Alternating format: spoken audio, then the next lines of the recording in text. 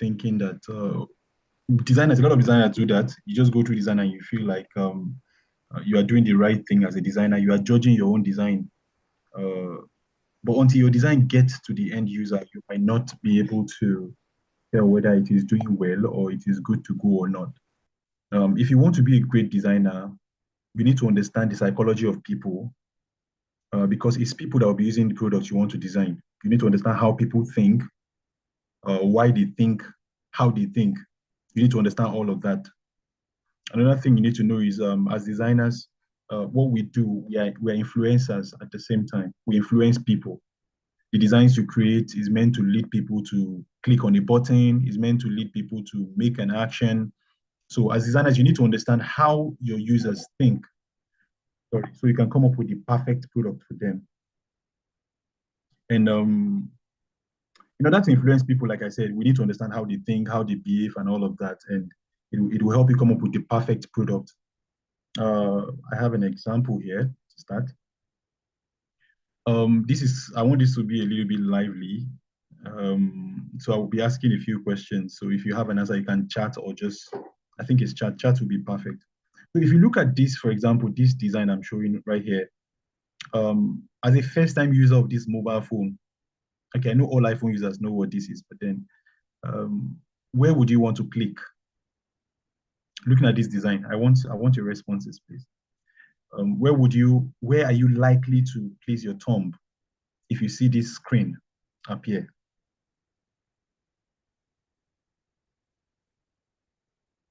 Okay, look at it closely. So for iPhone users, they know where to press, and it's definitely not the screen. It's definitely not the center of your screen. There's a home screen. So there's an information that says where you are supposed to press, but the design itself doesn't have that much information for you.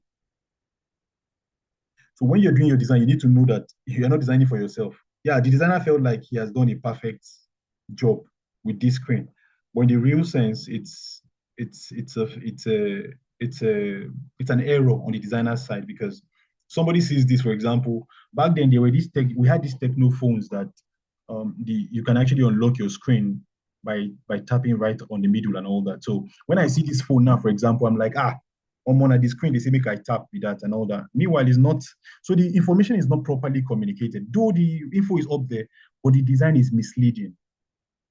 Any user will see this and will feel like, maybe let me tap on the screen because it's showing like a thumbprint. It's showing like when you go to do your BVN, when you go to do some of those things, you tap directly on the screen.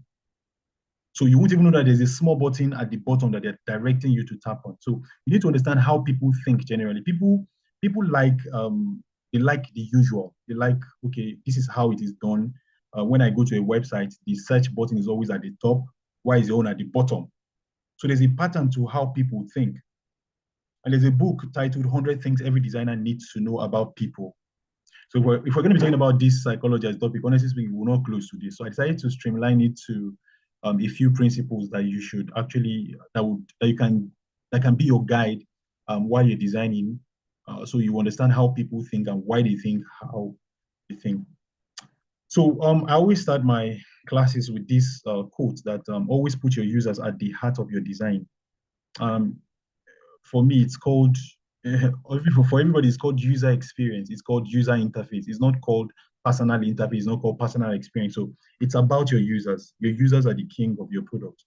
So whatever you're doing as a designer, you know it is for somebody. It's for people. It's not for you. I designed an app, a dating app for teenagers one time, and to me it looked good. It looked nice until an actual teenager um, tested the app. The person was like, no, this is too complicated. These fonts are too serious. It looks as if it's an adult app and all that. To me, I felt it was perfect. I felt it was good. But to the real user, it was not good enough. So as a designer, so many times people will tell you you have to adjust this. You have to. That's how it was. That's why research is very important in every design process you're going through. So you have to make sure that people actually test your app. People need. You're not the only one using the app. There are other stakeholders. There are people that will be using. There are users that will be using it. So let them test it in real time and give you their feedback. So users are very important when you're doing design. So the first principle for today is user-centered design. So it's important that your design um, is centered around your user, like I said earlier. And a good UX design prioritizes the user's need and preferences. It ensures that the design aligns with their goals and expectation. So if you want to really do designs that are perfect for your users, that would fit every user, you need to actually make sure you understand them and create those designs, knowing who you're creating it for. If you're creating an app for people that are old, you can't make the fonts tiny. So you need to understand how this one is even straightforward. It's not even psychology. You don't need to do a lot of psychology to understand these things. If you're doing an app for children, you need to know that the font has to be playful, the colors have to be there. So it is for them, it's not for you. It's for them, it's not for you. So at the end of the day, I've met a couple of designers. I'll tell you, yeah, I did one mad design. And I'm like, okay, to you, it is a mad design, it's a cool design. But to the user, would they find it interesting? Would they find it easy to use? The first time GTB redesigned their mobile, last time, that's the most recent update they did on their app.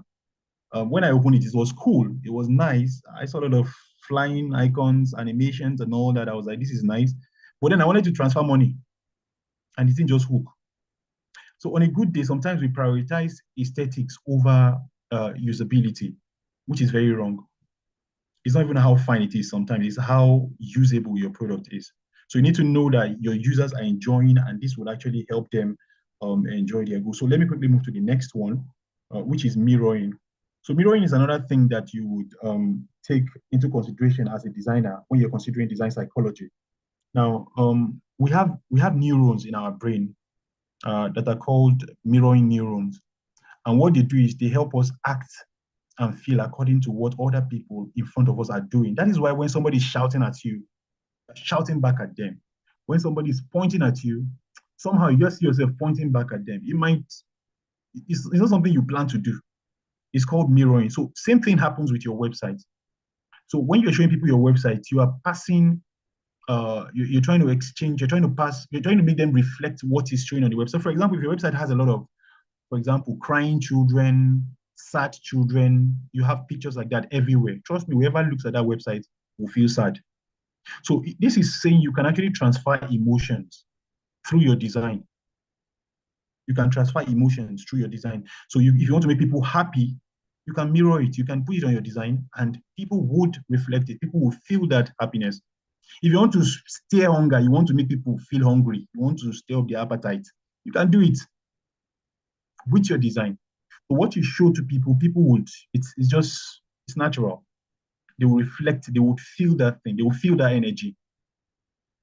They will feel that energy. So it's just, I just realized that recently I realized that psychology in UX design is a lot similar to the one in agri because I studied agri science, and a lot of these things are also there. They tell you how farmers do not want to take innovations. Farmers prefer what they are used to. All those things. It's the same thing in UX. It's the same thing in design. Same thing in graphic design. So whatever emotion you're trying to pass, whatever you're trying to make people feel, you can pass it through your design. So if you understand what you're trying to do, you should be able to pass it through your design as a designer. So I said here, by incorporating mirroring in design, we create a sense of familiarity and connection. We make users feel more comfortable and engaged with the product. So if you know how to use this well, you use it at your own advantage. You use it to a point where people will actually feel engaged. People will enjoy using your product. Will enjoy using your product. So the next one quickly is color psychology. This one is, if we start talking about colors today, we're not going to close again. Color psychology is important. I said here that colors have the power to evoke emotions and influence user decision. Some of us, we can remember back then, secondary school, primary school days, when you tell somebody, don't write my name with red biro. Yeah. Even then, even as children, we knew what red stands for. We knew what these colors communicate. So psychology, you should know that people are um, their decisions are influenced by colors sometimes. So, for example, yellow is a color of happiness, a color of cheerfulness, color of spontaneity and hope. What I have here, I have a small wheel here that shows different colors, like a few colors, not all colors, and what they stand for. And there's another example I want to give us. So, for example, imagine a hospital painted red, painted color red. That is an error. It's an error. I want you to think about it. Imagine a hospital or a health center painted in red color. It's an error. So that's the same thing some of us do when we do our web design, mobile app design. Your colors are not even communicating what you're trying to pass. You are designing something for a food industry and you're using black and white. So I worked with someone recently and their color is black and white and they're into Web3. And I was like, black and white Web3 colors are futuristic colors. We fought over this thing. We had lots of back and forth because I was looking at the psychology of the whole design. He was just looking at, because he's an old man actually. He was like, I like black and white. It's not what you like, it's what you're communicating. Is what you like communicating to the client? Is it communicating to your users? Because at the end of the day, it's for your user, it's not you. When you finish using design, is it you that would now be using it? Like people would definitely use design. So it's not about you as a designer. So if you're used to making this decision that I think I like pink, let me just use pink. I think I like purple, let me use purple. There's a lot to design. There's a lot. There's a psychology behind using colors too. So I have a website I usually go to check some because you cannot cram all these things. There's some colors you want to use and you want to find out what they stand for. There's a website www.empoweryourselfwithcolorpsychology.com. Empoweryourselfwithcolorpsychology.com. It looks very long, but the website is communicates about color. Tell you about red. Tells you about, for example, tells you about red. Tells you about the advantage and disadvantage of using color red. Tells you about the emotion that is passed when you use color red. That's one example. If you choose green, we tell you what is green, what does it communicate, what's the advantage, what will happen when people use green in their designs. Green communicates freshness, communicates nature. Somebody wanted to go into, I think it's a table water industry, whatever, and told me to do a design for them, like a logo back then. And I started using blue. And the person was like, no, no, we want a touch of black. We want a touch of, I was like, no. Like you need to be able to explain why you're doing what you do. Blue, we all know it communicates freshness, communicates water, communicates anything like hydro. So why use black? So you need to understand all these things. I learned sometimes last year that in China, white is a color for bad luck. It's when people die, that's when they use white. And I was like, are you serious? Because over here it means light, it means purity, it means innocence and all that. So you need to understand all these colors and how they work. Because that in that way you'll be able to pass the message correctly. You'll be able to actually get people's emotion because you're actually influencing their decisions with those colors. You're influencing their decisions. So, for example, you have a website for children or an app for children, and you use black and white. Uh, it's not there yet. The children will not spend up to 10 seconds, 20 seconds on that website. But when you use their colors, when you use those colors that speak to them, they will spend time, and that's the goal. We want people to stay. We want people to. We're influencing people to take decisions. So if people don't spend 10 seconds, 20 seconds, 30 seconds, 1 minute on your website, then something is wrong. It might be the colors, as simple as it looks. Your color might be the reason why people are not looking at why people are not checking your designs. And I tell people a lot of time, people that know me, I tell them that see, a minimal design is just the important part of it. Like just keep it simple, or make sure you communicate. You don't need to use all the colors in the world before your design is perfect. You don't need to use all the colors in the world before your design is perfect. So the lesser the colors, the easier it is to communicate what you're trying to communicate. You're not. There's something I would love to show us, maybe at the end of the class, because I'm sharing just this screen. I would love to show us some websites and we'll judge. Let's just tear down, do a small tear down of those websites and see what is wrong with it and what we can do better. So I will quickly go to the next one, which is cognitive load.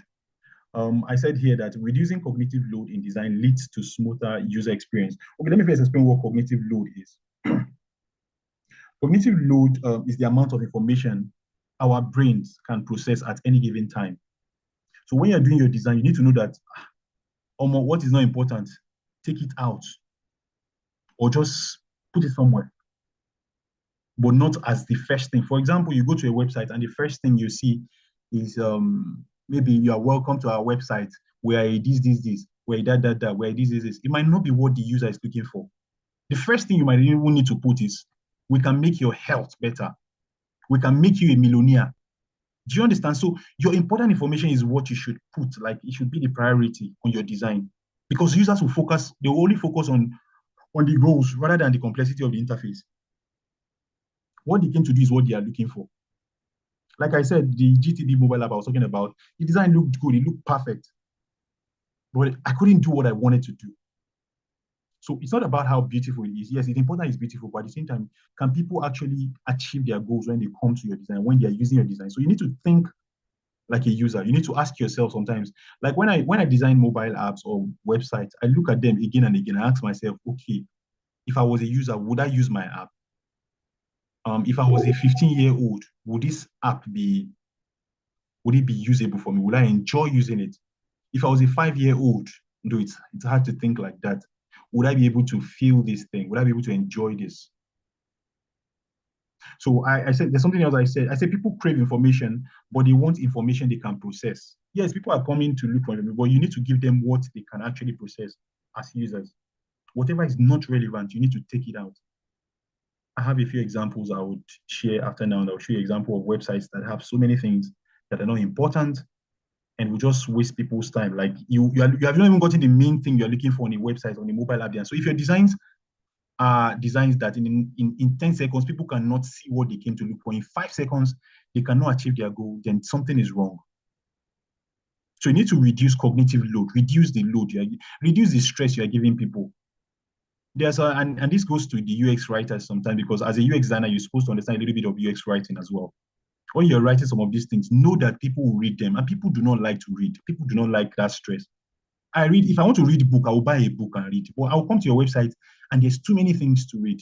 I'll use your mobile app and there's too many things to process. So it's important that you reduce the cognitive load when you're designing. That is how to make sure psychology works. The next thing is information architecture.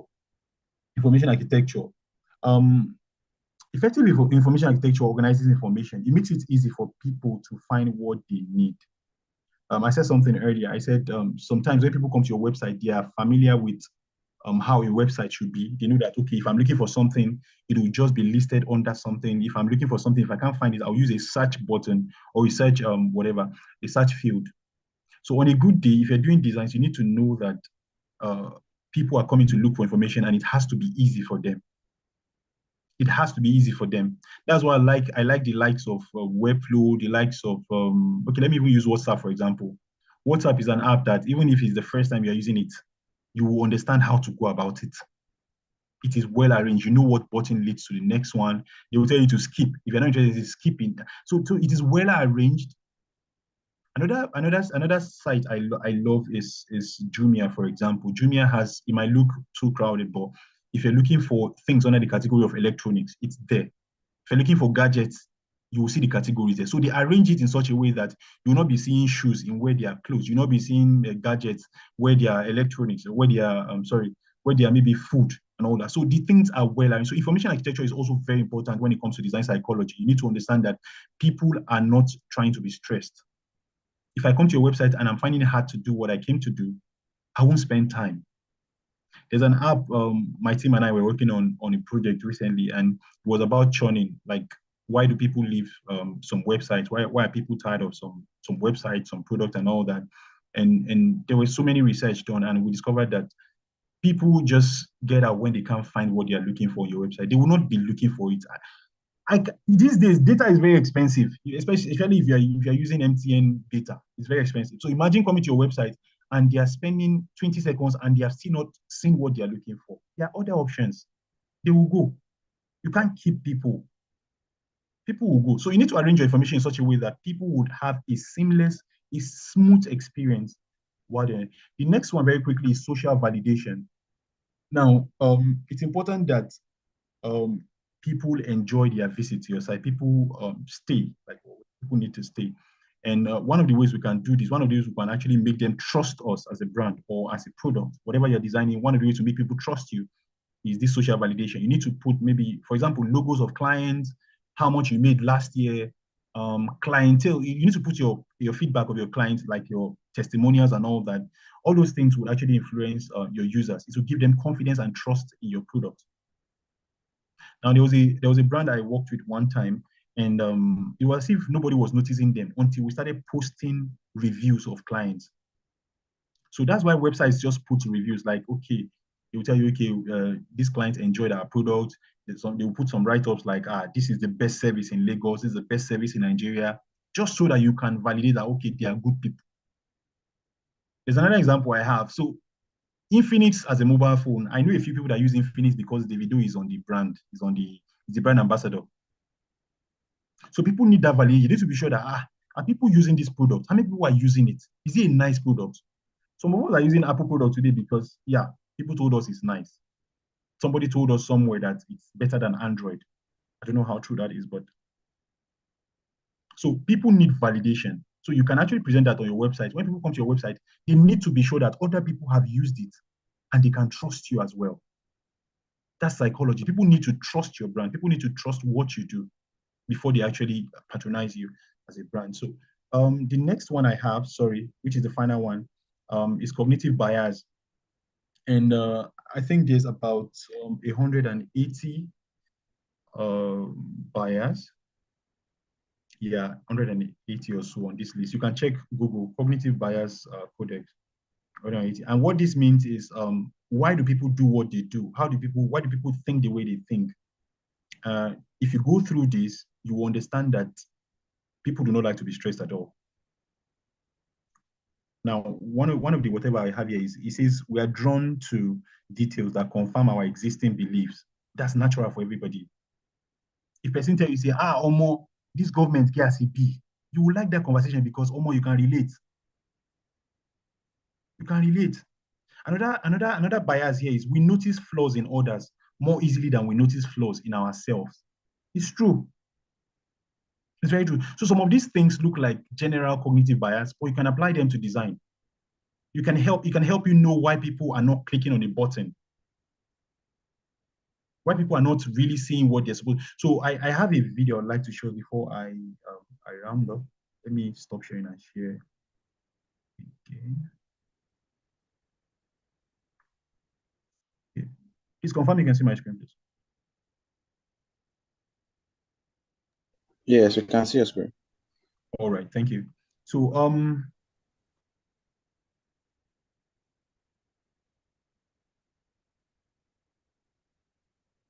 all right, there's something called the monkey business illustration. It's called gorilla business illustration, actually. And sorry, I thought I downloaded it.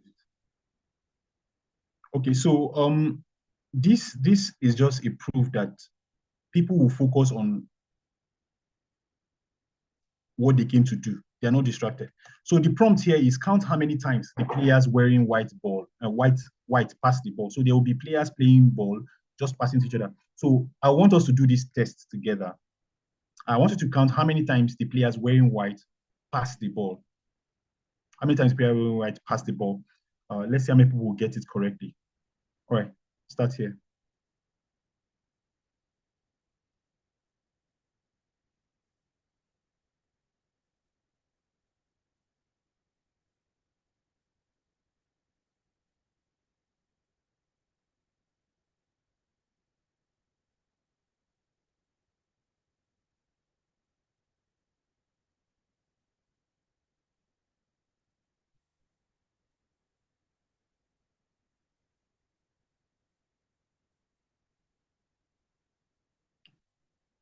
Answer. Oh, sorry. All right, so sorry, how many of us actually counted how many times they passed the ball? So I did, but I don't know. Maybe it's my screen here. I think I counted about 18 passes. Okay, 18. Okay. With all the counting, did you notice that the background curtain was changing colors? Let's be honest. Did you notice that the background curtain was changing colors? Well, I wasn't paying attention, sir. Okay, so that's the idea. Did you notice that one of the black players left while the game was on? You Not probably at didn't all. notice that. Yeah. So because you I were actually focused, noticed. okay. So because you were focused on looking at the white guys passing the balls, like the white guys on white, that was your concern. So the idea was to use the gorilla to distract you, but then a lot more other things were happening on the background that you probably didn't notice. That's how people work. People only notice what they came to do. So sometimes the information you actually put on your website that you think people will see, they might not even see it. That's why it's good you arrange these things based on priority. How would you want them to see it? It's important. People will miss information, and it's not their fault. Like I showed you the first example I showed us. Let me go back to my email. The first example I showed us, ordinarily you would think any wise person should be able to solve this. It's not hard. It's just it's a mobile phone and it just shows where to press. But so I confirm you can see my slides, please.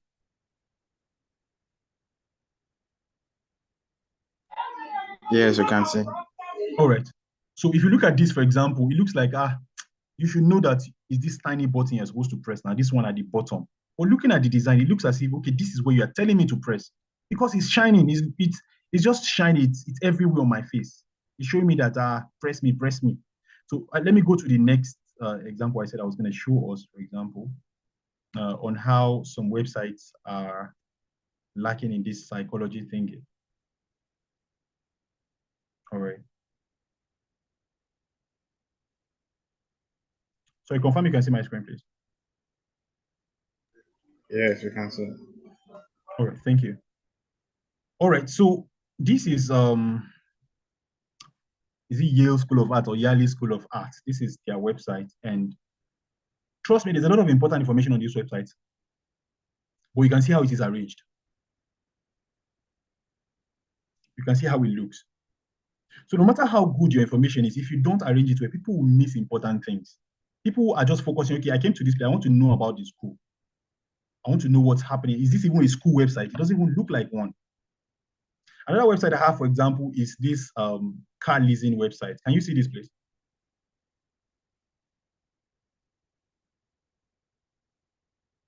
So I confirm you can see my screen, please. Yes. Okay. Yeah. So for example, looking at this website, it looks like there's a lot of things happening. Sorry. There's this icon moving, there's this guy moving, there's this arrow blinking, there's this, everything is happening. There's this social media button bouncing here. A lot of things are happening on the same website. A lot of things are happening. The background is busy, and you're like, okay, I came here to look for a Toyota car. Where will I find Toyota? For example, you need to go all the way down to find Toyota. And nothing tells you that from the top. You just have to figure it out yourself. So Toyota is down here. So for example, if maybe you want a car leased to you, you need to figure it out yourself. Nobody will teach you. So if your design is stressing people out, people are finding it hard to figure out what they came to do, then you need to work on yourself. You need to actually go and learn those 100 things I said. Designers need to know about people. Using by Suzanne Wincheck or so. 100 things every designer needs to know about people. You need to know how people think so that when you do designs, it'll be a perfect design that they will enjoy using. Thank you very much. That is my time.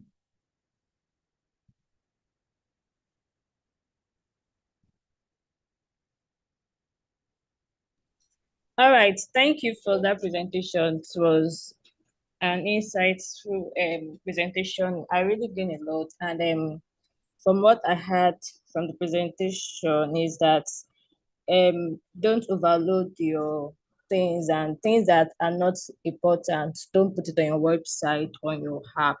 And also check your color, because colors also pass information, emotions, and the likes. So, and also try to arrange your things well. That's the informative architecture. Yeah, so try to check things right.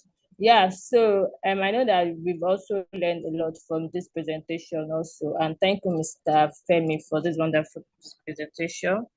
Yeah, so if you have a questions, please try to drop it on the chat box. After the second speaker, we'll be treating the questions. Yeah. So our next speaker is none of them. We have Fetia Aliu, a graphic designer. Yes, so yeah, he's a graphic designer, so also part of a Bincom organization. So yeah, so Fetia, you are you can start your presentation now. Okay, thank you. Thank you, So if can everyone hear me? You're welcome. Yeah, I can hear you. Okay. Before I start, I just wanted to say something. About the websites that Mr. Femi showed us. So I just wanted to say that for the Yale website, the reason why it was so bombarded was on purpose. Like it was just on purpose. It's not really. I think they did it on purpose because I don't think like a school as big as Yale would want anyhow website, any rubbish website. So I feel like that was just the purpose of the design. Try to bombard because it was School of Art. I feel maybe I think they have another website, like a main website for themselves. But because of the department that is for to appeal to art students, they kind of did mishmash. They just did nonsense, just jargons. What's that word? Okay, anti-design. Like the whole design it doesn't follow any principle of design. So that's what I just feel. Even the car rental this thing website, I also feel is also the same thing. That one, the aesthetic that they use is the old system, how they used to design websites before. So I feel like that was what they were going for. So all right, that's just my thank own, you, thank you, my own thank you so much. opinion. Thank you so Yeah. much. Not to dispute that, it was just an example of how some Yeah. people actually, and if you check 20 worst websites, it's you're going to see some of these websites there. There's this Berkeley Share website owned by, I think, Warren Buffett or so, and they are a multi-million dollars insurance company. Check out the website. Looks trashy, like looks very old, and all that. And the truth is, this is 21st century. People know what they're looking for. So when I get to that website, there's nothing there that tells me it's an insurance company's website. So I just couldn't, I couldn't start arranging them one by one, but we have websites that look like this in real time. That is what they are portraying. That is what they are showing to people.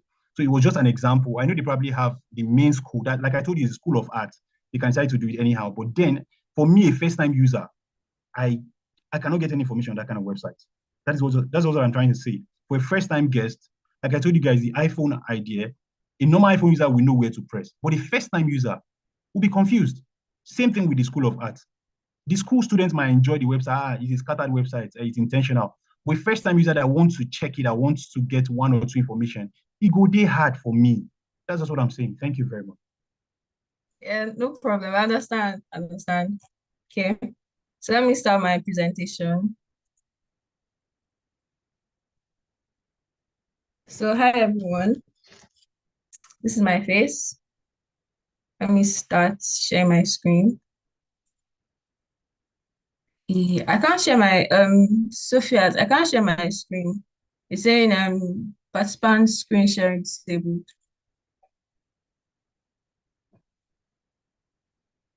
Hello, can you hear me? Yes, I can hear you. Please, can you help?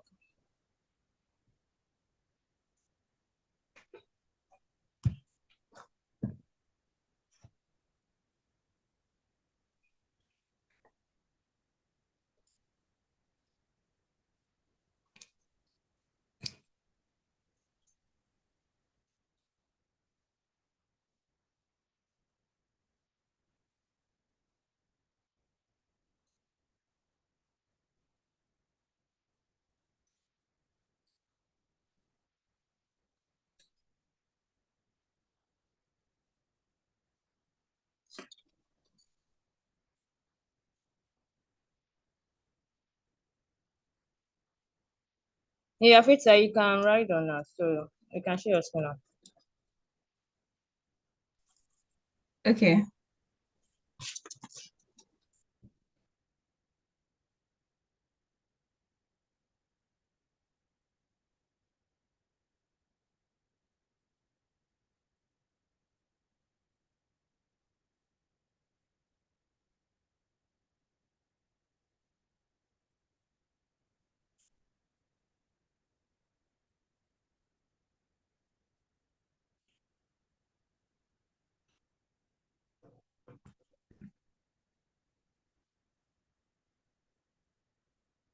Okay, can everyone see my screen? Yes. Okay. So let me start.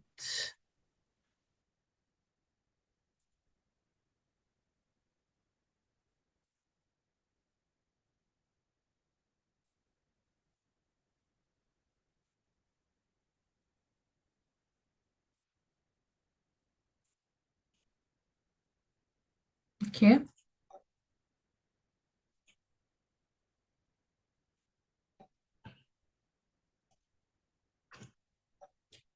So good afternoon, everyone. Once again, my name is Fatia Aliu. I'm a graphic designer from Bincom Dev Center. And today we'll be discussing design psychology. That's like an introspective look into how psychology affects design. So these are some of the terminologies that we'll be talking about today.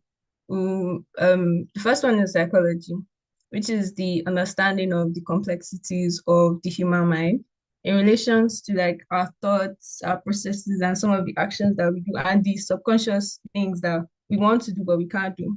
So that's psychology. Then design psychology can be defined as how like design affects us as human beings. Because even though we're designers and even though we try to act objective in our research, we're still human beings. And some of the things that we try to research on, or some of the things that affect our users also affect us.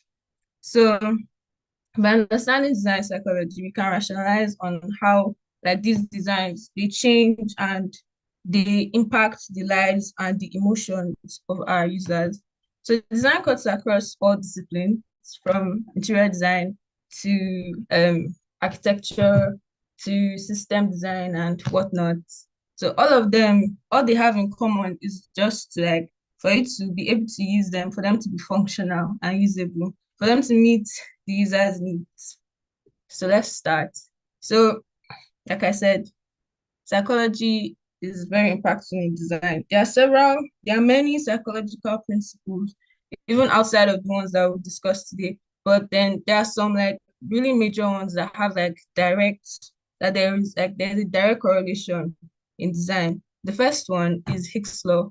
So Hicks law states that the time that it takes for a person to come up with a decision or like to make a decision is the result of all the possible choices he or she has, then it also states that increasing the number of these choices will also increase the decision-making process logarithmically.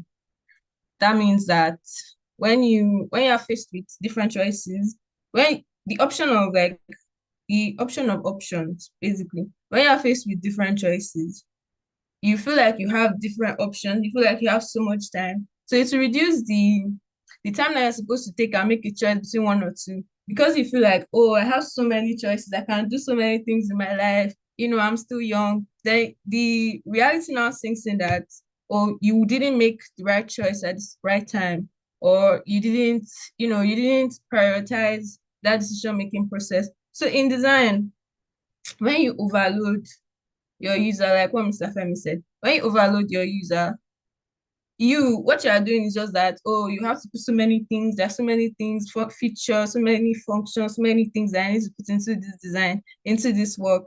The user is like, how will I get to this button? How will I move to this corner? How will I do this? How will I do that? Like they'll be so overwhelmed. So the time that they are supposed to use to, go to the next page, make this decision, move up, move down, they are spending it on maybe just a small segment of that or small section of that design.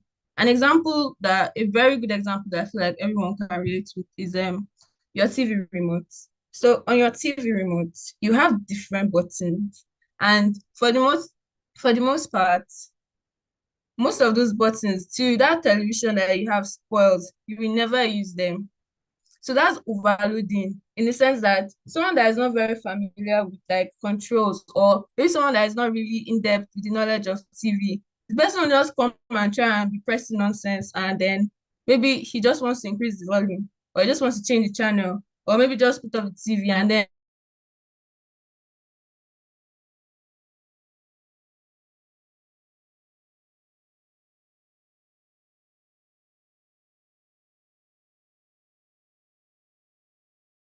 then he's confused because we're the same thing. So that really over another psychological principle that, like Mr. Femi has said.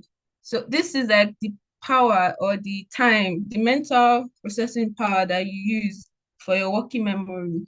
It means that like our brains and our computer, when making the CPU of the computer, the fathers of computer, they knew that they try to use or replicate the functions of the human brain.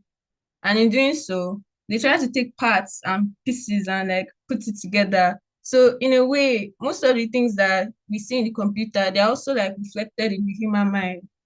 So usually as a human being, when we are overloaded too many of information, when you're in school and your teacher is just droning, going on about one concept that is very abstract, you as the student, you won't like, there are so many things that it's just flushing, it's just going down, like it's coming from one ear and going to the other ear. It doesn't stick.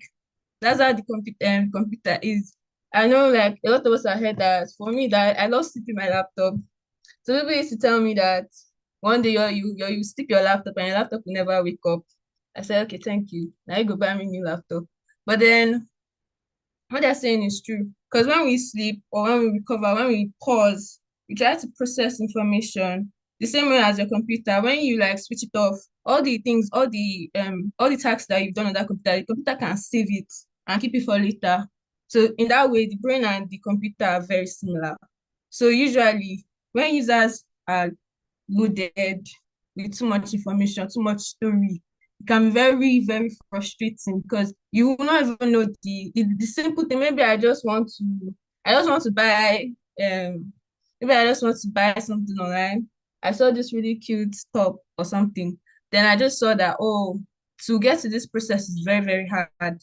That what am I even doing? I'd rather just close the app, delete it from my phone, download a different app that does the stuff more easier, and the process time is not as long, and I don't have to think too much because I, designer says that sees designers say that users are lazy, and there's truth to that.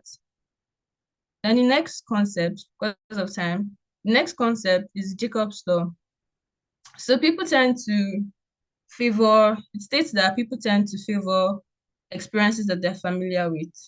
So usually we are creatures of habits. Human beings are creatures of habits. So the habits that they form, the experiences that they formed previously, that's what they bring on to the next thing. So when something does not fall within that line of familiarity, there's this like shock. This oh, so it doesn't work like this. How I go do one like this? So wow, which one is this one? Which kind of this thing? Like when you change governments, like how Nigeria is changing governments. When you change government, the government of the old is not the government of the new. So it can be very jarring, like a wake up, like when you just wake up, that force. So that's the same thing as in design. Users develop like this type of expectation for design patterns based on their experiences from other websites. For example, like we're really familiar with like Jumia and Konga or AliExpress for me.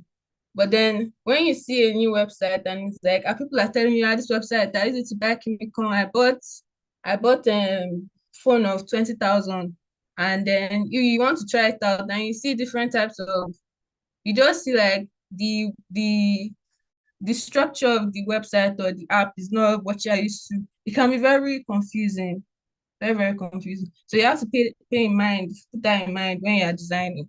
So something that is related to Jacob's law is mental models. So as human beings, we tend to hold like, we try to act like we know better than other people. We try to act like we know better than professionals. Most people do it, even if you don't want to admit it, most people do it.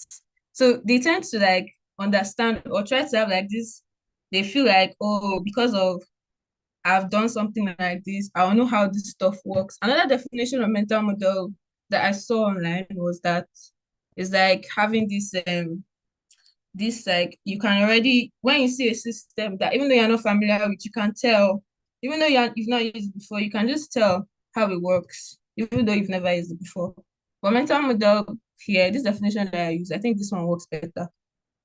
Describes how a system works without any previous knowledge of that system. So yeah, we tend to associate things from previous knowledge and try to put it into something that is new.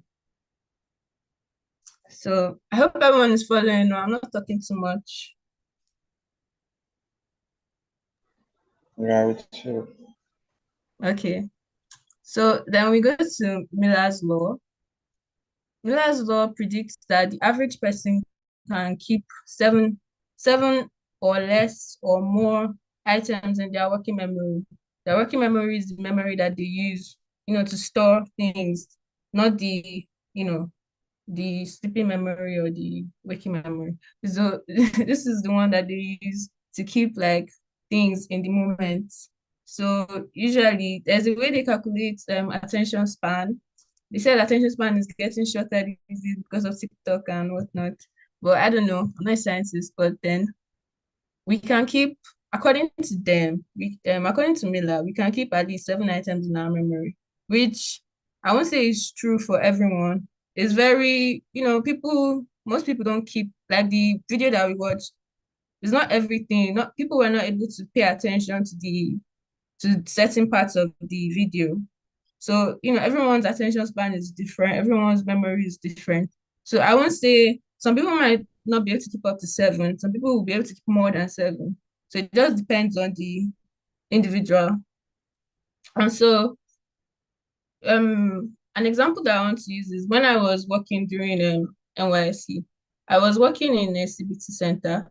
And so whenever we asked our clients that, okay, bring your registration number, some people would memorize their registration number, like spot on, and they'll say it fully. The 11 numbers, they'll say it directly. But some people, they will break it down into parts and pieces. So maybe an 11-digit registration number, they'll break it into 4. Oh, 2022, kinikon, 111, 222, 333. That's how we do it. So that's where chunking comes. So chunking is like the act of grouping related information into smaller units so we can easily process those things, we can understand, and we can try and make sense of all those little parts. So it's not like the person is slow or stupid or anything. It's just that we find it easier to break down things. Just like when we see designs, there's a part that your eye will first go to, and there's a part where your eye will go to next. And so the way you see a design, the way the eye movement moves in a design is very important, because we cannot just scan everything at once. We have to take our time to process every part and group maybe the similar parts of the design, the parts that are, small or, together, or they have similar features, we group them together. So that's Miller's law. Then Gestalt principle. Okay, this is my favorite one, Sha. So Gestalt theory states that our brain processes or perceives parts, like the sum of parts is smaller than the whole, meaning that when we see things that are separated, we tend to put them together. For an example would be when maybe some people will look at the sky and they'll say, oh, I can see a rabbit, or I can see a dog. And you look at it and be like, is this person mad? Like, which dog are you seeing in the sky? And the person like, can't you not see? That's it has this thing, that's tail, it has the tongue, and you're like, which one is this one like this? So the brain tends to like organize things that, like I said in the last one, it organizes things that are similar in nature. And so there are these when we go online, you see this you'll see optical illusion, that another person will see the image and you see a cup. Another person will look at that image and see maybe two people's faces or a woman. And then they'll tell you, oh, the person that sees the cup is left brain, another person is right brain. That one is neurology and all that. But then that's not what we're talking about. But then I just want you to come back here and understand that usually the brain puts pieces together. So there's this experiment that they do for, I don't know if you've seen movies like that, where maybe a criminal, someone that is mentally insane, they do this test for the person and they'll just draw one nonsense on the screen, and the person, the crazy person will now be like, oh, this is a butterfly, or this is a human skull. So the psychologist will not analyze the answer that the person, the criminal gives. The person will not say, oh, this person is insane, or this person is a bad person, or this one is a criminal, or is a cannibal, or something like that. To do that experiment, they don't do it anymore. We just see it in movies. I don't know whether it works or not. But then the brain pieces things together. Usually, when usually they call it there's this name that psychologists call it what is it called again? Anthropomorphic something like this. I'll Google it later. So like it's like when we associate something that does not have to do with human beings, but then it looks human to us. Just like when you see your food, maybe those pictures I show online, maybe your food, it looks like a human being smiling or a human being laughing or a human being showing human emotion, which in nature that doesn't occur. But then because of Gestalt principle, because of the way our brain works, trying to piece together information or piece together a reality, that's how we're able to come up with that. Oh, it looks human. Oh, the clouds look like a dog. Oh, this stuff reminds me of something. So that's just the sharp.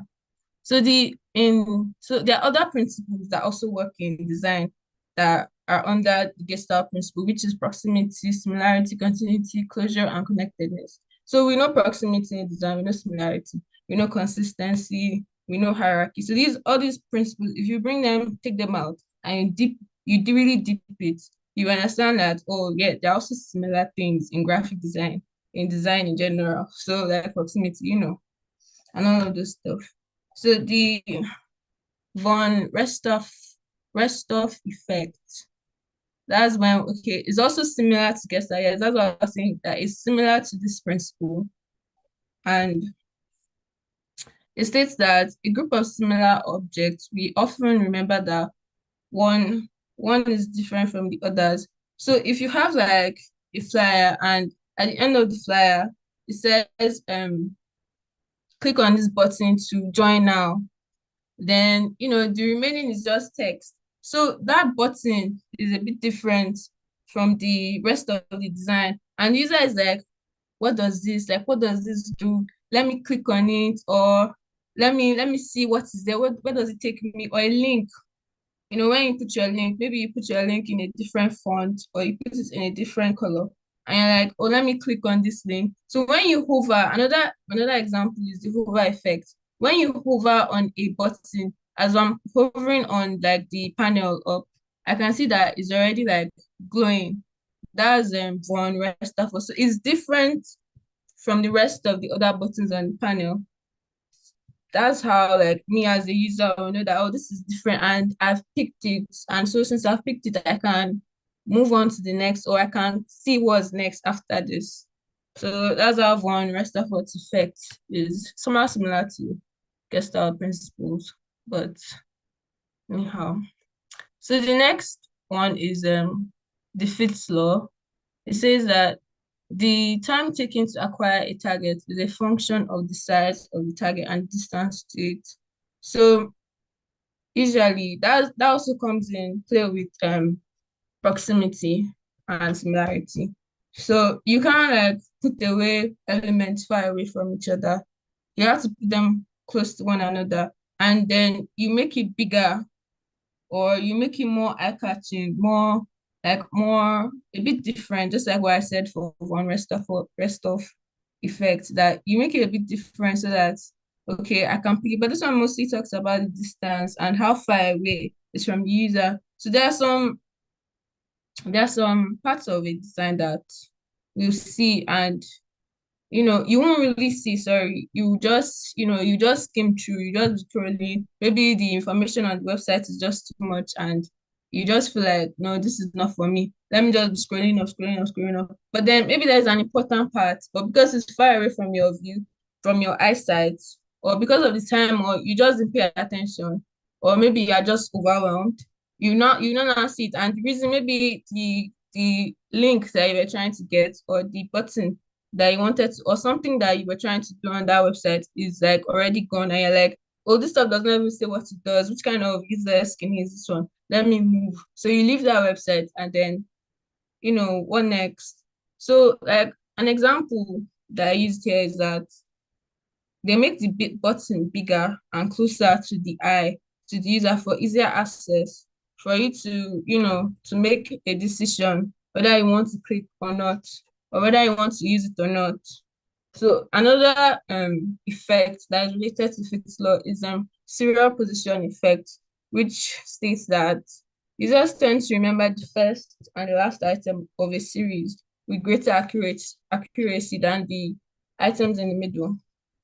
This is also related to another effect that I'll be talking on, another law that I'll be talking on. But then this one just states that at the beginning and the end is usually the best, like the most memorable experiences that you have using a product. When I first buy my new computer, when I put it on and I click on it and I'm, wow, it's new, can you come, oh, I just bought this computer, it's so clean, oh, it has so much space, it has this, has that. Then when the computer is about to Africa and it's not coming up, I'll remember the experience. I'll remember all the times that I used, but then the moment when it's about, I bought it, and the moment that is about to spoil, those are the most vivid moments in my mind. So that's the serial position effect. That's the illustration I was able to give. Then cognitive bias. Mr. Femi talked about this one.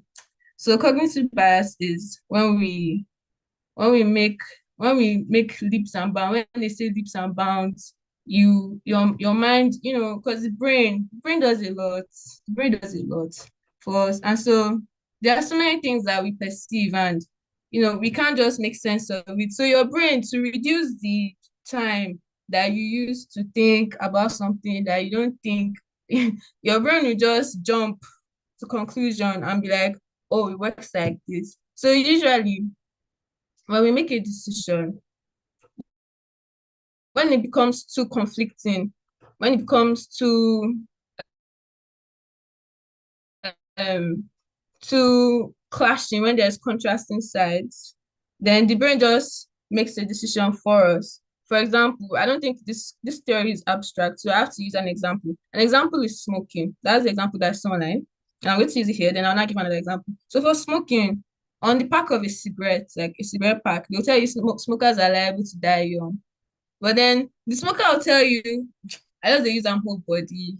I'm feeling cold, and I just feel like, why people say they use cold. But us in Africa, which cold are we? Which cold is disturbing our life? Why are you smoking? They say, just make us feel high small. I just want to feel high.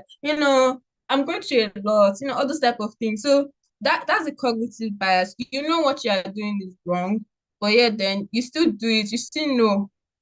Instead of like thinking too deeply about the decision that you're making, your brain will just jump. I beg me can just put on lighter, gang, high nonsense. You sit down, you're high. You wake up from that highness and you're like, I shouldn't have done that. It's even bad. It can cause cancer. You know these things, but then because of the bias, like the brain bias that you have, the neural bias that you have, it's not like this kidney. There's this psychological saying that human beings are hypocrites. So there's a lot of things that we hold that we're hypocrites about. We'll say don't do this, but then that thing that we say that don't do, we do it too.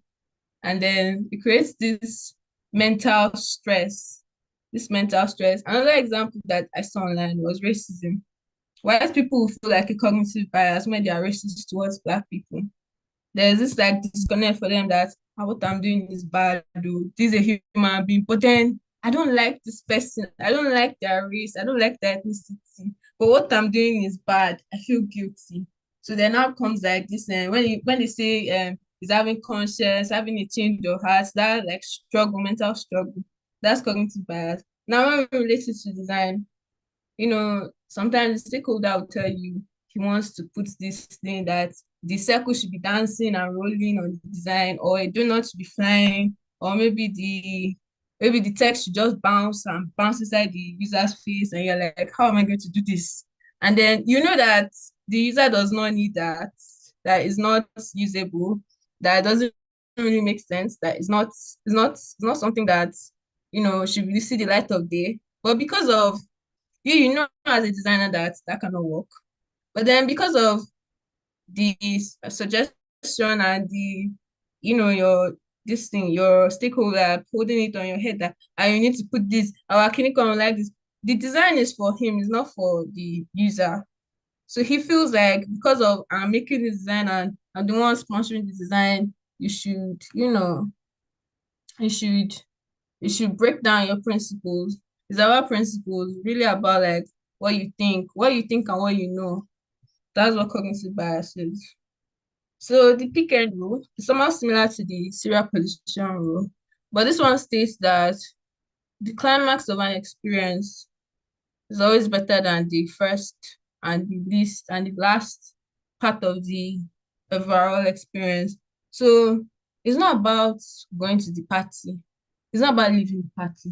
It's about how much rice you can consume in the party or how you can dance or how much money you can spend on you. It's not about whether you enter downfall, whether you enter keke, whether you fly this thing, pedestrian bridge. It's not about all of that. The moment you enter that party, as long as you can enjoy yourself, that's what really matters.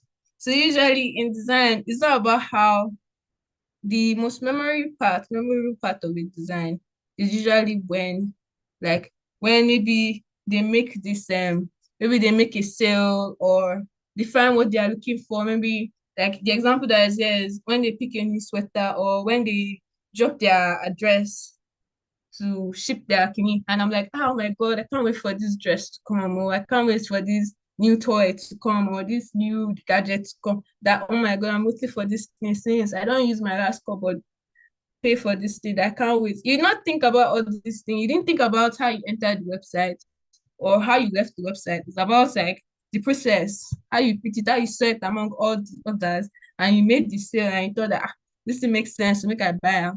So that's the pick and rule. The climax is more memorable than all the parts of design, figuratively and literally. So the principle of this effort, like I said before, users are lazy. Users are very lazy. And then as a designer, you should put that in mind and you should try and understand that most of the work you need to do it for them. So in anything that we design, we should make sure that anyhow they want to navigate through that design, through that website, through that app, through the system, through whatever, even if it's a water bottle, how they use it should not be difficult. If I open the water should come out. Maybe say I go open the water and mist is coming out, it doesn't make sense. So that's just the principle of this effort. You need to make it, even though you plan ahead, you do a lot of research, you take a lot of, you take a lot of points, you do research, you break it down, you analyze, you create a lot of alternatives, you do more research, you come back and you do more. And then you need to make it look like you didn't disturb yourself. You need to make it look effortless. So that when they use that product, they'll be like, oh wow, this thing is so easy to use. I just bought the new iPhone 17 and I just opened it once and it just showed I just showed my address, just showed my contact. Everything was so easy. I didn't even have to think. Human beings are habitual animals. And so most of the things that we do is formed from habits. We've already had previous experience. We've already, there's nothing new. So as you're walking to school, it's the same. As you're coming back from school, it's the same. You put on your laptop, you work, it's the same. There's nothing new. So I like when you are confronted with something that is different, it can cause like this kind of strain for the user. So then second to last. Okay, I think this is the last one. This is aesthetic usability effect. So users are usually forgiving of a design that is beautiful than the one that is not beautiful. Because, pretty privilege. And because fine people, they used to run the world and fine things run the world too. So when something is beautiful, regardless of whether it works well, whether it does what it's supposed to do, what it was made for, people don't usually care because it's fine. I opened this website this today. It was so beautiful. It was so nice. The experience, even though the experience wasn't the best, but the website was so beautiful. I love the pictures. I love this thing. I downloaded Burger King recently. I wanted to buy burger, and I love the website. It made me really, like, really want to buy that moment, but I didn't have money. I'm not sure about the usability, Sha, but I feel like because of it's beautiful, so I just feel like it should work. You understand? So that's what this theory is about. So lastly, other design related principles that I did not discuss, but they're also important too. The cognitive dissonance is just like cognitive bias. So okay, yeah, I said I'll discuss cognitive bias more because it's very important. So in cognitive bias, there are different types of bias, like Mr. Femi said. There's so many, and I'm not a psychologist, so not be everything I go know. But the one that I want to say that is important is confirmation bias. That is like when you go to a website and you want to use a particular product, you go to the testimonials, you go to the review. When people give like beautiful reviews, oh, this product is so good. It changed my life. Before I was blind and now I can see. Before I could not walk, but now I can walk. In your mind, you're like, wow, it worked for this person. Let me just use it. Regardless of your own personal experience, the fact that other people have confirmed that this product is beautiful, this product is what's going to change humanity, this product is going to take us to heaven. You in your mind, you're like, oh, this person had this best experience. When you now have like, maybe you don't have a great experience with the products, it's not like, but these people, like maybe 1,000 people said this product is good. It doesn't factor in maybe the 10,000 other people that have used that product because 1,000 people said gave it 5 stars, and then maybe 10,000 people did not even review. Maybe they had shitty experiences. Maybe they had like terrible, rubbish experiences, and then because of some people that confirmed your own bias, you already had it in your mind that you were going to buy it, but because people have already told you, oh, if you buy this product, then your life will change forever.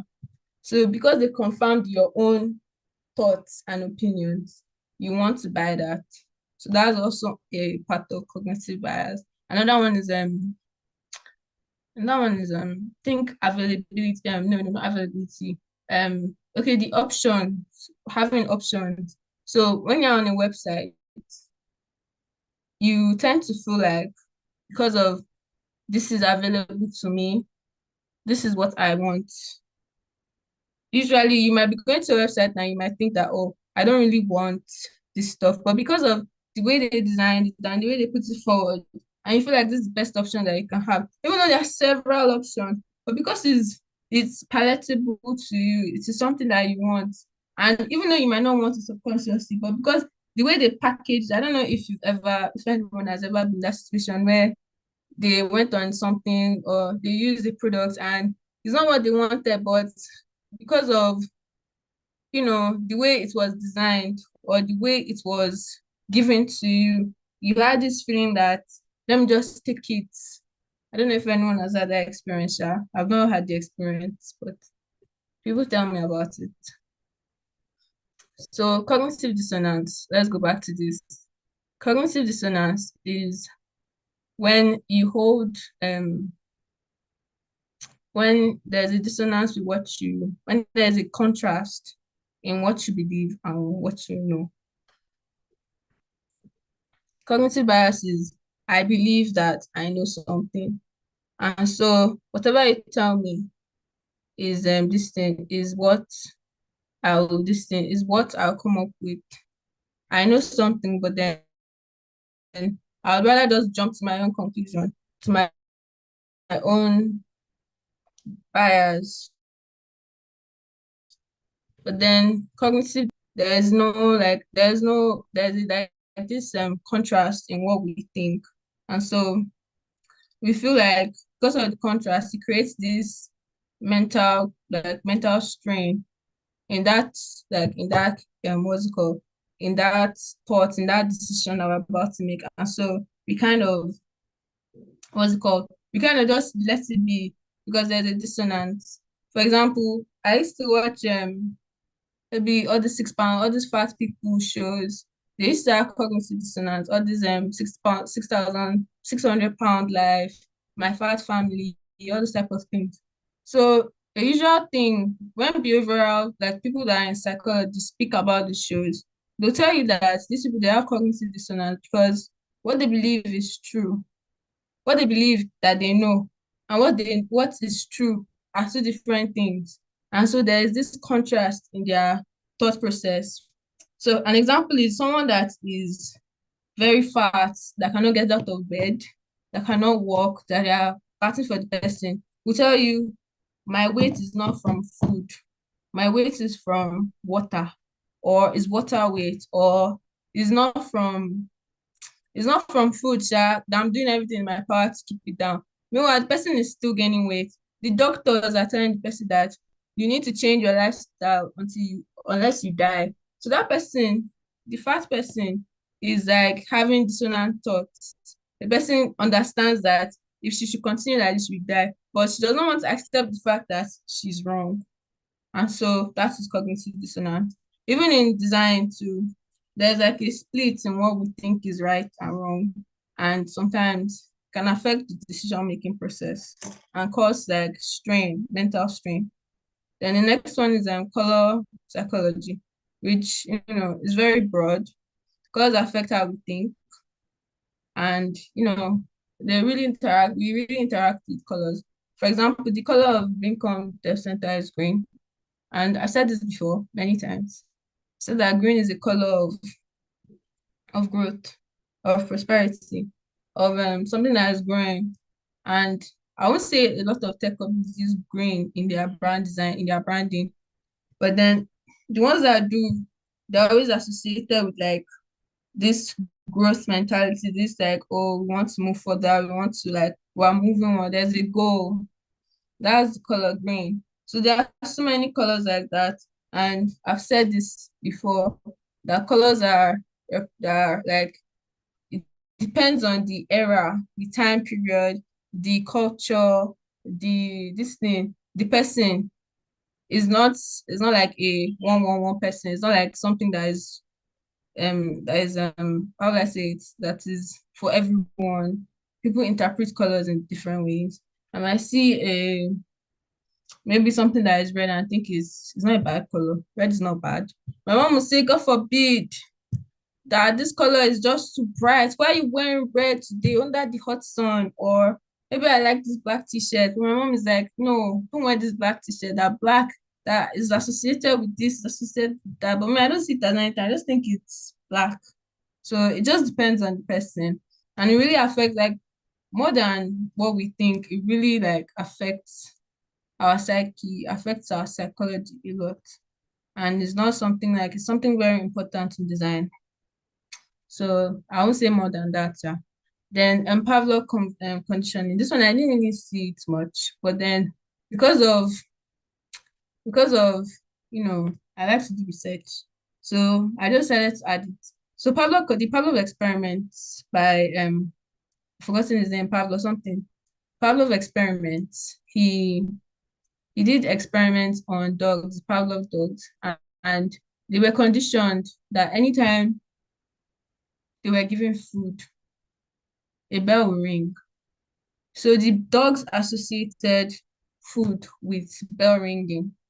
And so the man rang the bell one time. Then he noticed that the dog started salivating in anticipation for food. And so that went on and went on. So it became like a behavioral pattern.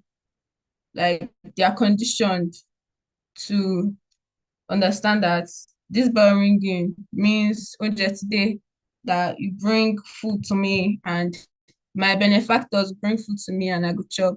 And so the experiment is actually just the tip of the iceberg because human beings also work in the same way. We might say we're not dogs and human emotion is very complex. But then there's a lot of truths that when you go to a website, when you see maybe you see an icon and it means maybe the icon is the leave button, maybe to exit. This is exit. At the point that we are in the age of the internet that we're in, we know the icons for on, off. we know the icons for chats, we know the icons for people. So in a way, that's a form of conditioning. You know not to cross the road when the light is red, even though in Nigeria that one does not work. But then you know that you don't touch something that is hot. You know you don't step on wire when it cuts on the floor. You know all these things. In a way, human beings tend to imitate things, and from experience, due to experience and reinforcement theory, because of we are being reinforced, like in the way with the Pavlov dogs, their behavior was being reinforced because of continuous, anytime it rings, they bring continual. So them they expect it. So you see, as human beings, expect certain things in design.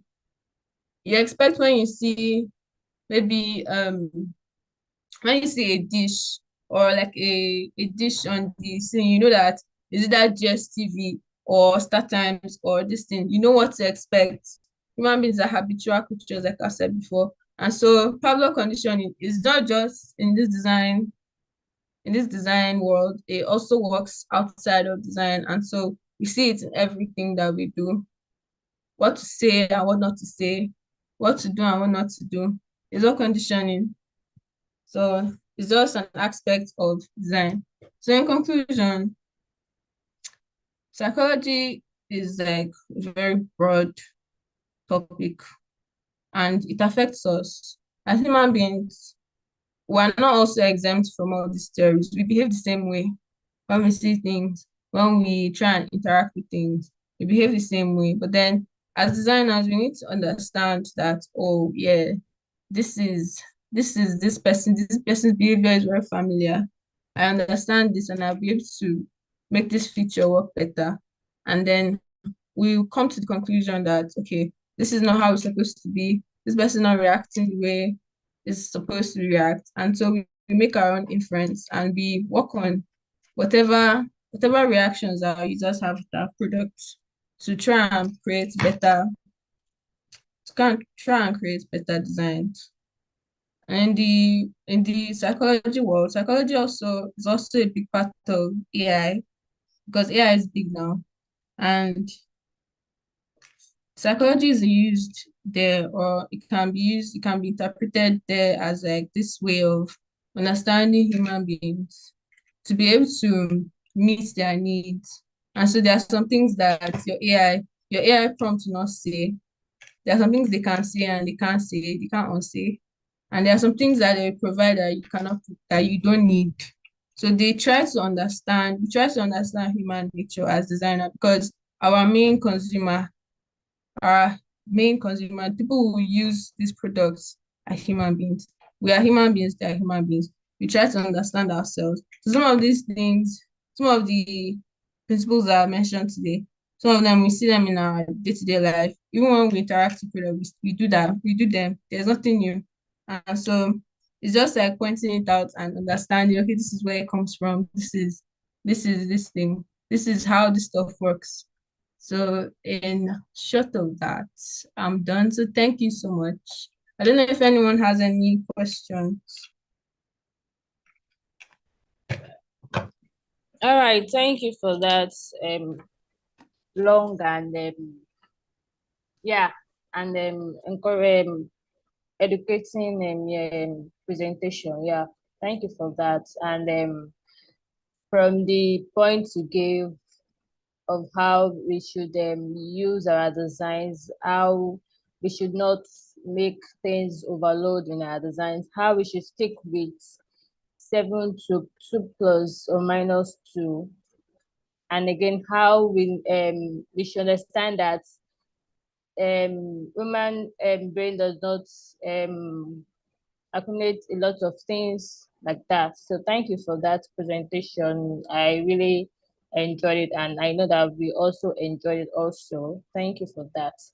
Yeah, so now we are in the segment of questions and answers. So please, if you have a question, you can use the hands and also put it in the chat box so that, yeah.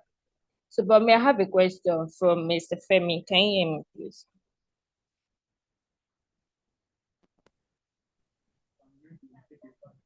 Hello, can somebody hear me? I can hear you. Yes, so I have a question for you, sir. And my question is, can you share insight into your creative process when applying psychological principles to design?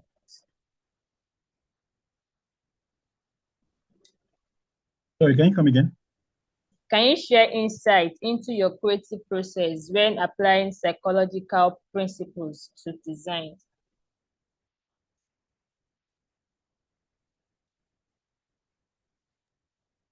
Okay. Creative process when applying psychological whatever to design. So for me as a person, I'm trying to get the question very clearly, but for me as a person, I believe so much in research because that is where most of these things are gotten. Because she talked about mental model earlier, and everyone, we all have our way of thinking as designers, and our users also have their way of thinking. So for me, I get a lot of my data from the research, and it helps me know how my users think. For me, research does it all. In fact, research is. I did a course on psychology early this year, and research was just everywhere because that's where you get to actually talk to people, see how they think, see how they react, see how hard it is for them to use your product. You need to see these things before you conclude that your product is good to go. So as a designer, for me, let me just summarize it. For me, it's all about doing your proper research and monitoring how your actual users react, how it just affects their psychology, how they process what you are giving to them. Like I gave an example earlier of how I designed a dating app. For example, somebody else will design that and it will go live. But for me, I felt like showing my actual user who is a teenager.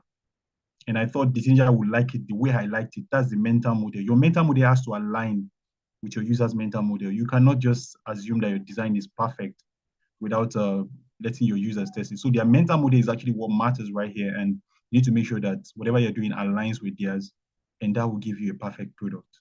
Thank you.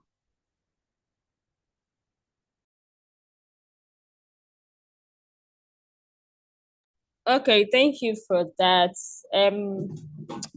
Okay, anybody have any question?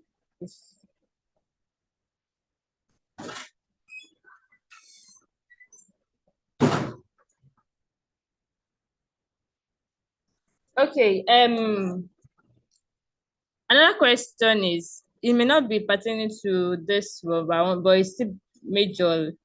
Um, this week I saw a video when ChatGPT, we know that ChatGPT, we don't use like if we want ChatGPT to give us our to give us design instead of giving us the write up on how to do it, but we want ChatGPT to give us the design. But it turns out that now there's now a another version of ChatGPT that can actually give you your design. Yes, I saw it in one of the video. Do you think using the version really helps in all designs that designer want to do?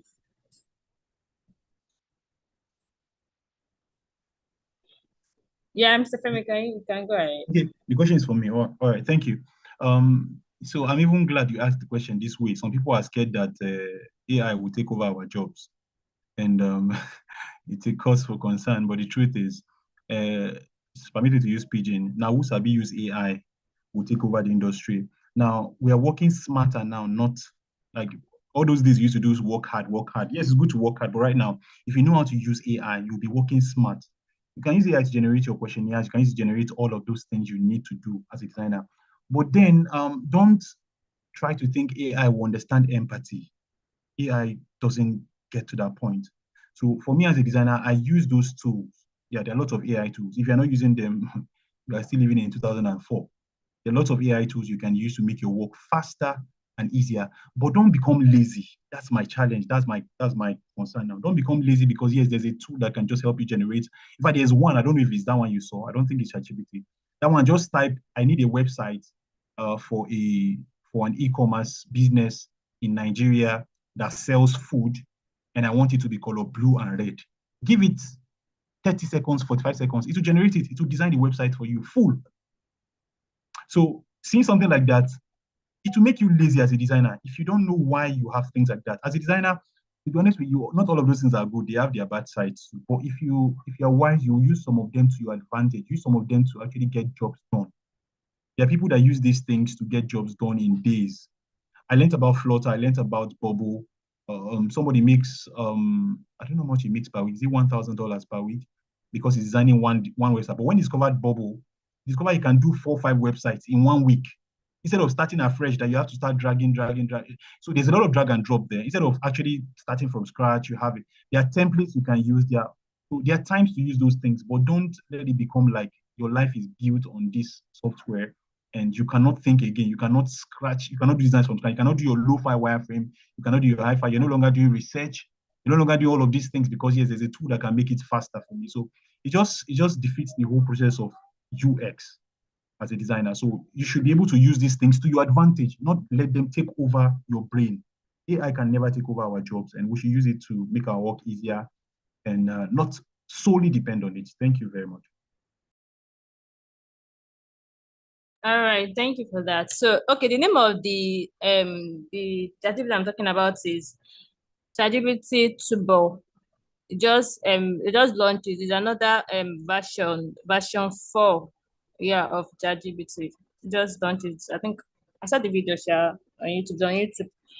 Okay, Adekunle, you can go ahead with your question.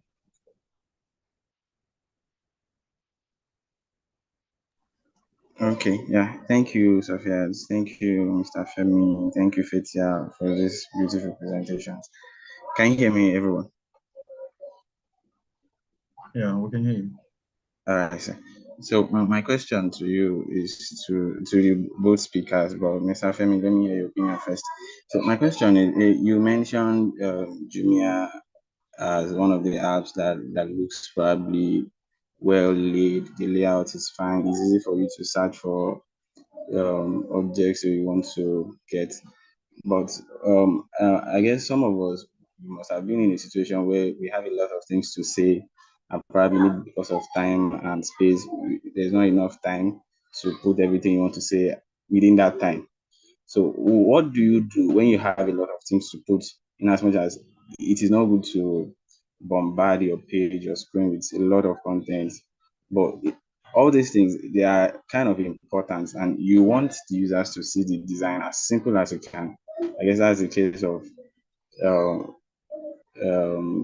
Jumia. Okay, they want it to be as simple as it is. So they kind of use the way of maybe filtering feature so that you can see, maybe you want to get a Techno mobile, you click on the filter, then you select Techno, then you change the price variation to whatever you want to do. So in a way, I feel like is there a way we can make it possible as designers not to make users go trade love? For me, I feel like it's a kind of a longer user journey.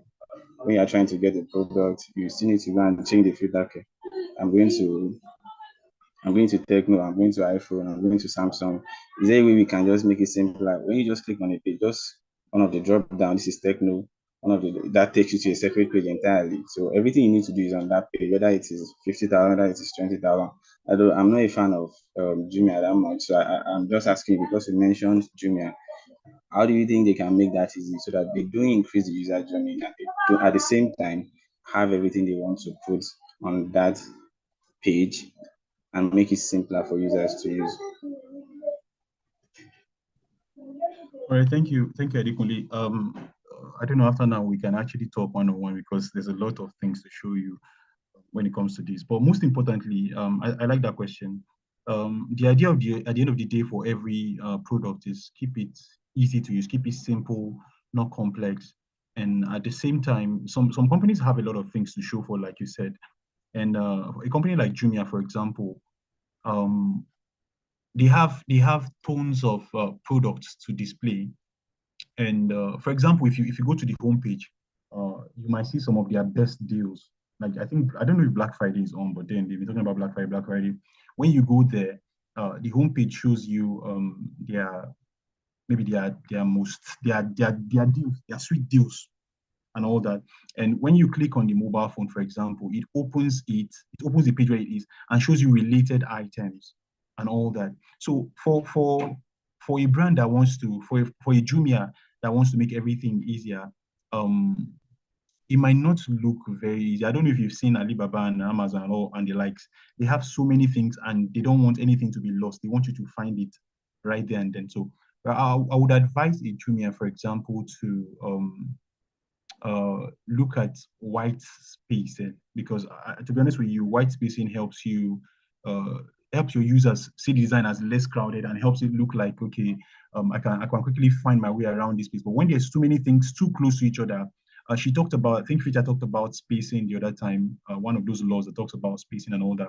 I think that's one of my issues with them. They have so many things clubbed together and all that. So there are things that should not be on their homepage. If you ask me, there are things that should not be on their homepage. There are lots of things that should not be there. There are things that should be somewhere else. There's something that should be like on the back, like not really as soon as you get to the landing page, the homepage. So I would advise a Jumia to just maybe use more white space sometimes. And the truth is they have a lot. I don't know. They have a lot. And they've been coming. And you know, most of these things, they have updates. They correct these things. They adjust these things. They do constant update. There's a V1, there's a V2. They make different versions of this thing. And the truth is they try to keep it seamless and simple.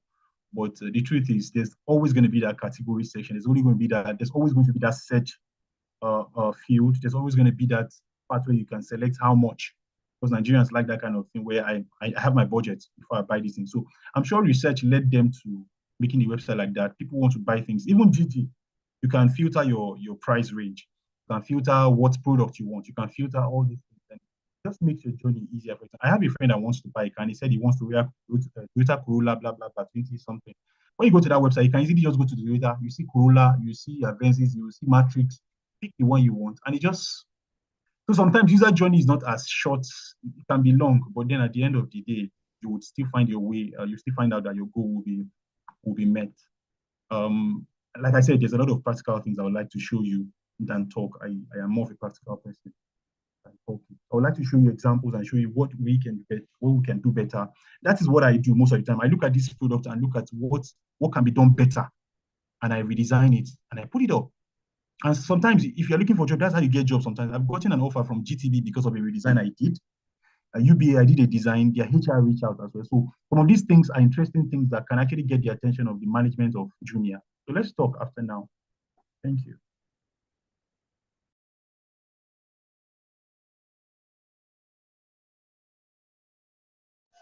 All right, thank you very much, sir. Fita, you can attempt that too. So thank you.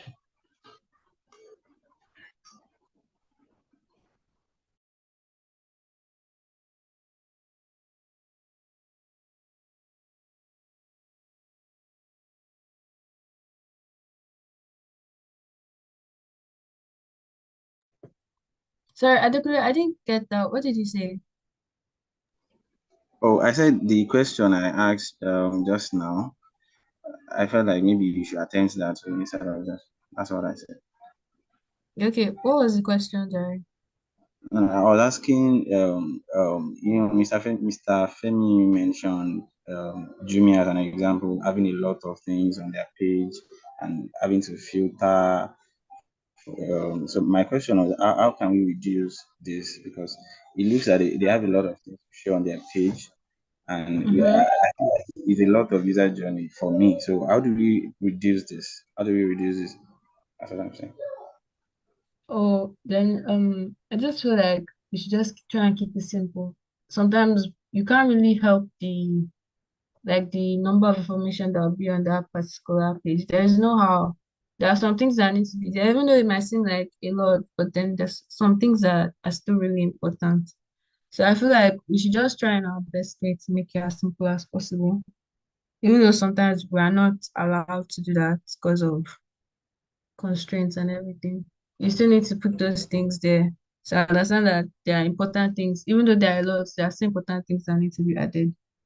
So I just feel like try and find inspiration and see how other like Jumia, for example, even though it has a lot of features, and a lot of things, it still manages to keep it more, I'll say spacious, but manages to balance it really well. So maybe by seeing more examples of how to balance the features, I think that would be the best way to try and control, to reduce the overloading. So that's my own 2 cents. All right, sorry, I think only thank you for that, Fitia. I was just looking at Jimmy again to be sure I understand what you mean. To be sure, to be very honest, I don't think the user journey is quite a long process because I just try to shop for grains, and as soon as I checked the homepage, I saw grain, I saw phone, I saw. So as soon as you click on grain, it takes you to where all the grains are. You click on which rice. If it's rice you want to buy, if it's corn you want to buy, click on it. It takes you where you add to your cart and just make payments like directly. So I don't think that is a long journey. Like if you say long journey, it means person maybe you click on grain, it tells you what kind of grain. Is it granular grain? Is it this one grain? Is it African grain? You click on African grain. You see, it was is it West African grain? Is it East African grain? You click on West African, it tells you is it from the north or from the east. You click from the north, it tells you which part of the north. Is it Kano or Sokoto? So that is what you call long user journey. Sorry, for example. But when you keep it straightforward, like I click on grain, you show me the examples of grain. I click on it and I make payments. Straightforward. It's just like every other app where you try to buy, maybe buy burger or maybe shop for food or anything. As soon as you click on what kind of food, African food, okay, we have Amala. Click on Amala, make payments, delivery is made to you. But then let's still talk after now, Adekunle. All right, thank you very much. I'm just checking through the website too, so I can see what you're saying now. Thank you very much. Thank you so much.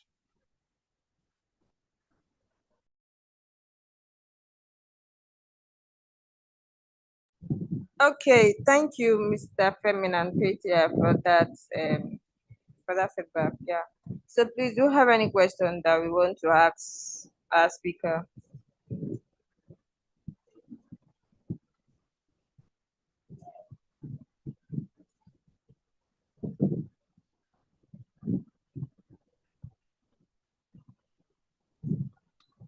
Okay, I think we are out of time now. So I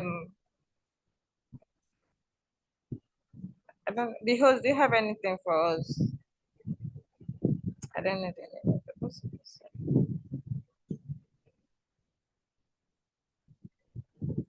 Joy, are you there?